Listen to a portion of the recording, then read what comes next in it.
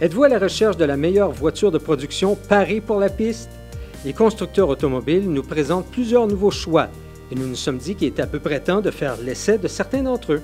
Cette portion de notre essai complet de ces voitures nous amène sur une piste où nous allons les confronter l'une à l'autre pour mettre en évidence les différences entre elles. Notre quintube de voitures inclut les toutes nouvelles Scion FRS et Subaru BRZ. On pourrait même dire que l'enthousiasme porté envers ces voitures est ce qui nous a poussé à faire l'essai. Disons qu'on n'a pas été déçus. En 5e position, on retrouve la Genesis Coupe, qui est fantastique malgré sa dernière position. L'habitacle propose d'excellents sièges et positions de conduite, ainsi qu'une planche de bord bien conçue. Sa carrosserie est la plus racée du lot et la plus excitante. Au niveau des performances, la Genesis Coupe est très rapide, mais souffre malheureusement du délai de son turbo. Les freins Brembo massifs permettent des distances de freinage les plus courtes du lot. Sur la piste, le poids de la Genesis joue contre ce qui est autrement une très bonne voiture.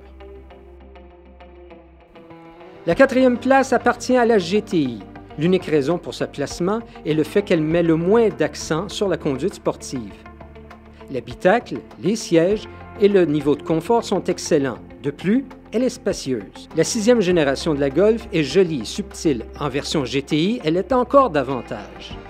Le moteur 2 litres turbo de la GTI est puissant et nerveux. Nous l'apprécions énormément.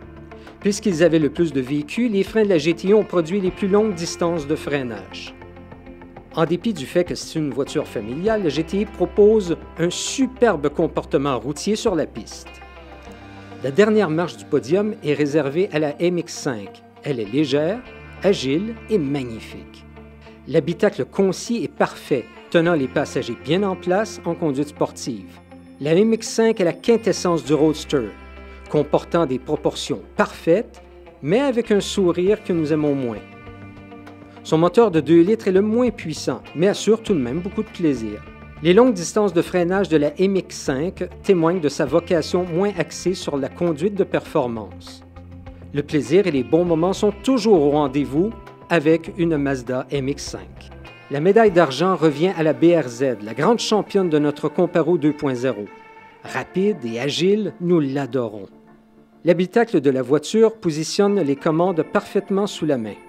Le mélange d'angles et de design font de la BRZ la voiture la plus attrayante du lot.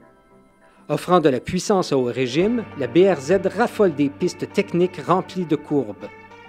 L'excellent résultat au freinage de la BRZ démontre ses aptitudes en piste.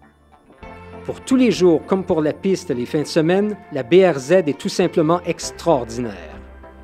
Notre premier choix comme voiture de production pour la piste est la FRS. Elle présente un équilibre sans égal dans sa gamme de prix.